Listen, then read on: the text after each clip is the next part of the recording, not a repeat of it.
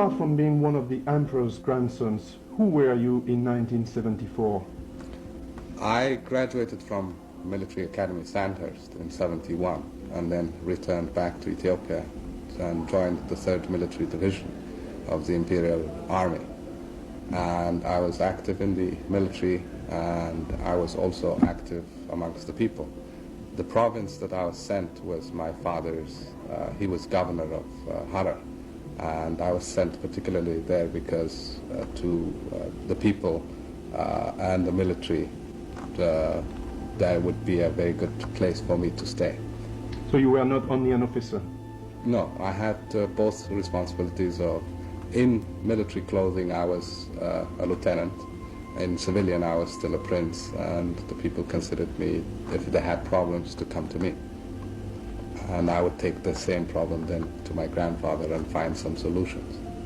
What did you do when the changes took place? I was sent out for military training, advanced military training.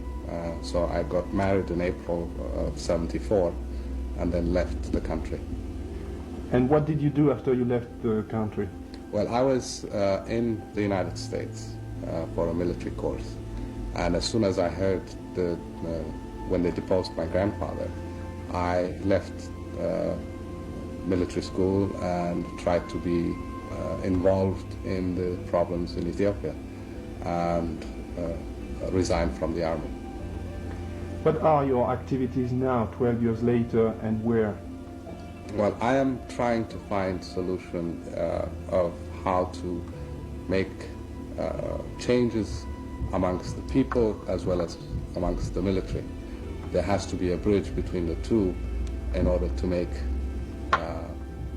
real changes. And there have been a lot of political parties that have started but haven't set a goal of what they want to do.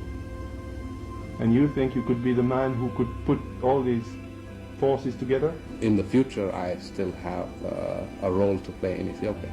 The fact that you are the emperor's grandson doesn't hamper your action? It is an advantage rather than a disadvantage, because the people still believe in our family, and I believe that that bridge can be, that it helps rather than becoming an obstacle. Why did you choose the United States? Basically for security.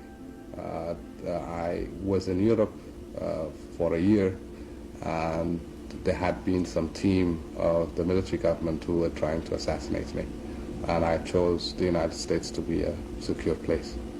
Would you be ready to sit on a throne? I exclude myself. There are a lot of members of the family who are still young and who are still in school that have no bias, who are unbiased to political ideas. I would say the first 5 to 10 years, one has to set a direction to which the country has to travel, because right now there is anarchism in Ethiopia. So we have to get back to the foundation of our aims, and then towards that work, find democratic parties that will help get that direction. And how could you put an end to the guerrilla movements asking for liberation, such as Eritrea and Tigray? I believe that will solve itself once this government has been, overthrown. Simply because for the last 12 years, both the military as well as the guerrillas have been fighting, and there seems to be no end to the fighting. I believe that if you stopped the fighting by asking for ceasefire and then sitting down at a round table and working out the problem rather than fighting, I think there will be a solution for it. I think both sides are tired of the war. Thank you very much.